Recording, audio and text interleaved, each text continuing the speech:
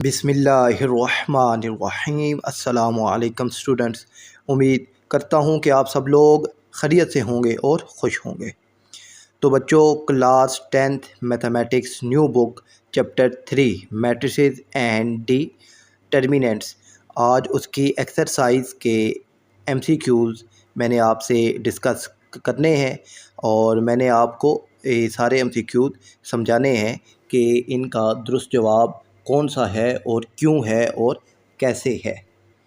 तो बच्चों, हमारे पास फर्स्ट MCQs है। इफ़ 5329 ये एक मैट्रिक्स है, उसका ट्रांसपोज लिया जाए तो ये इक्वल आता है इस मैट्रिक्स के।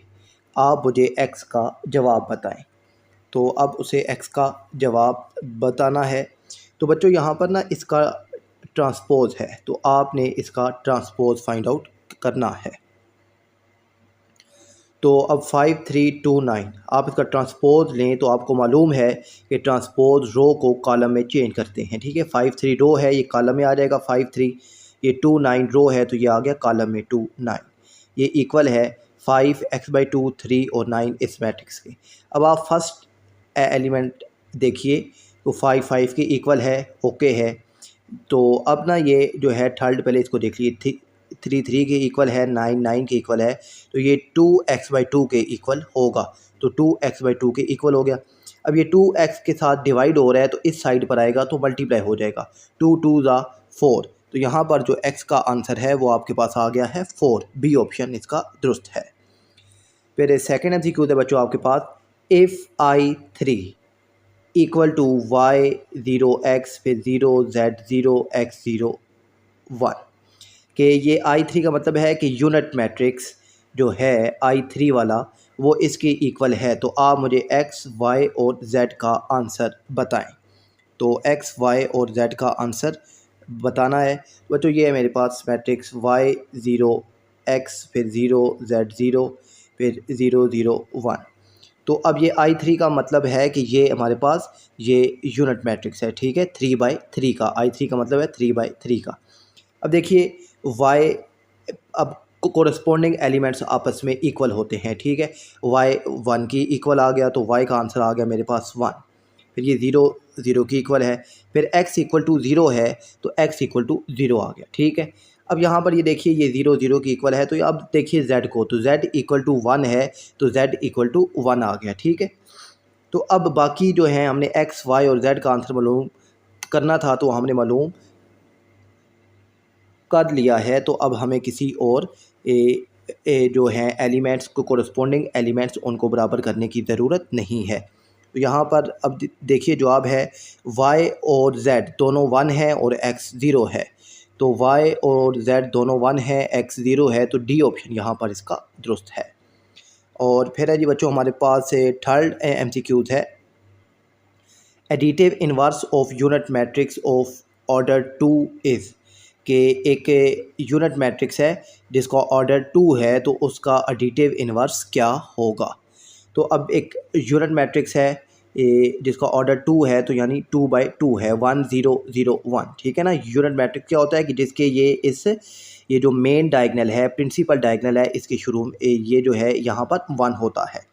अब इसका एडिटिव इन्वर्स क्या होता है बच्चों कि आप माइनस से मल्टीप्लाई करवा देते हैं। ठीक है, तो माइनस से मल्टीप्लाई होगा तो ये +1 है, -1 हो जाएगा, 0 ऐसे ही रहेगा, फिर ये 0 भी ऐसे ही रहेगा, ये भी +1 है तो ये -1 हो जाएगा। तो यहाँ पे -1 0 0 -1 ये आपके पास का आंसर आ गया है। तो बी ऑप्शन यहाँ पर इसका दुरुस्त है। एडिटिव इन्वर्स का मतलब होता है कि सारे मैट्रिक्स को आपने माइनस से मल्टीप्लाई करवा देना है। फिर बच्चों फोर्थ है हमारे पास।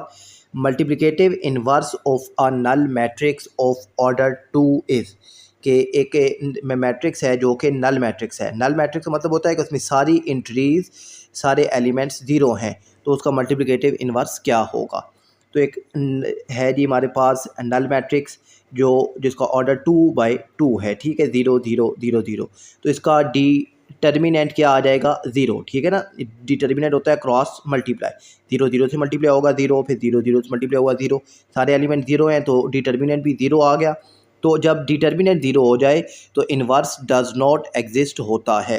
तो डी ऑप्शन है इम्पॉसिबल, ये सोल्व नहीं हो सकता।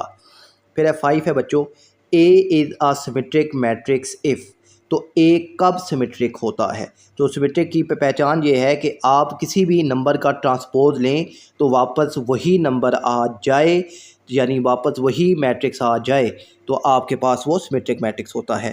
तो यहाँ पर आप ज़रा डी ऑप्शन को बच्चों देखिए कि आप ए ट्रांसपोज का ट्रांसपोज लें तो वापस ए ट्रांसपोज ही आ रहा है। तो यहाँ पर तो ये सिमेट्रिक है, तो डी ऑप्शन यहाँ पर आपके पास दुरुस्त है। ठीक है, अब जो ए मैट्रिक्स है उसने ए का ट्रांसपोज है, फिर उसका भी ट्रांसपोज है, तो वापस ए ट्रांसपोज के ही इक्वल आ रहा है, तो ये आपके पास सिमेट्रिक मैट्रिक्स है। ठीक है, और 6 है बच्चों, एक मैट्रिक्स है 1/2। 1/2 का मतलब है कि इसमें एक ही एंट्री है। ठीक है ना, ये दो एंट्रीज नहीं है, ये एक ही एंट्री है, प्लस 0 और 0। अब यहाँ दो एंट्रीज हैं, ये इक्वल किसके होगा? तो अब यहाँ पर देखिए, यहाँ एक एंट्री है, यहाँ दो एंट्रीज हैं, दोनों प्लस हो रहे हैं, तो ये प्लस नहीं हो सकते। यहाँ दो एलिमेंट्स हैं तो यहाँ भी दो एलिमेंट्स होने लाजमी है, प्लस या माइनस के लिए। तो इसका जो समीशन है वो इम्पॉसिबल है कि ये प्लस नहीं हो सकता। क्यों नहीं हो सकता? कि यहाँ एक नंबर है, यहाँ दो नंबर्स हैं। ठीक है, और बच्चों 7th है, order of matrix A is 1/2 and order of matrix B is 2/3, then order of A B. यानी आपके पास जो ए है वो 1/2 है और जो बी है वो 2/3 है, तो इसका ऑर्डर क्या होगा? तो यहाँ पर ये है कि ए है 1/2 यानी 1/2, फर्स्ट एक रो है, दो कॉलम है, और मैट्रिक्स बी है जिसमें दो रोज़ हैं और तीन कॉलम है। तो अब मल्टीप्लाई के लिए ना बच्चों ये याद रखिएगा कि फर्स्ट जो मैट्रिक्स है इसके कॉलम और सेकंड मैट्रिक्स की रो दोनों बराबर हों। तो यहाँ पर दोनों बराबर हैं, ये यहाँ देखिए 2 और 2 बराबर हैं। तो अब मल्टीप्लाई होने के बाद जो रिज़ल्ट आएगा वो जो दो नंबर रह गए हैं, ठीक है, अब फर्स्ट मैट्रिक्स का जो है रोज़ और सेकंड मैट्रिक्स की कॉलम, ये इनके बराबर आएगा। तो रिजल्टिंग जो मैट्रिक्स है वो आएगा 1/3। ठीक है, 1/3। तो ए ऑप्शन यहाँ पर इसका दुरुस्त आएगा। ठीक है, ये याद रखिएगा। और 8th है, if A B equal to B that A equal to.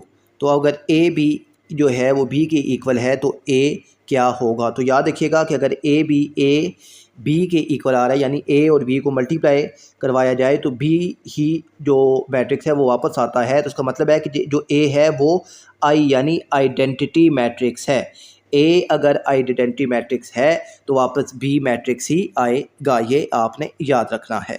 ठीक है, और फिर है जी बच्चों आपके पास 9th है, 15 और 25 × 3 2। ठीक है, अब इसका जवाब क्या आएगा? तो काफ़ी सिंपल है, मल्टीप्लाई क्या करना है। तो अब देखिए यहाँ पर ना मल्टीप्लाई के लिए 7th रूल मैंने आपको बताया था। यहाँ रो यानी फर्स्ट मैट्रिक्स की जो है रोज़ और सेकंड मैट्रिक्स के कॉलम आपस में बराबर होने चाहिए। तो ये यहाँ पे भी 1 है, यहाँ पे भी 1 है, तो ये मल्टीप्लाई हो सकता है। तो पहले ये जो रो है ये इन दोनों कॉलम के साथ मल्टीप्लाई होगी, 15 × 3 होगा, ये आ जाएगा। फिर अब दूसरा कॉलम स्टार्ट हो गया है तो थोड़ा सा गैप छोड़ के अब आपने आगे लिखना है 15 × 2। ओके हो गया। फिर 25 × 3 और 25 × 2।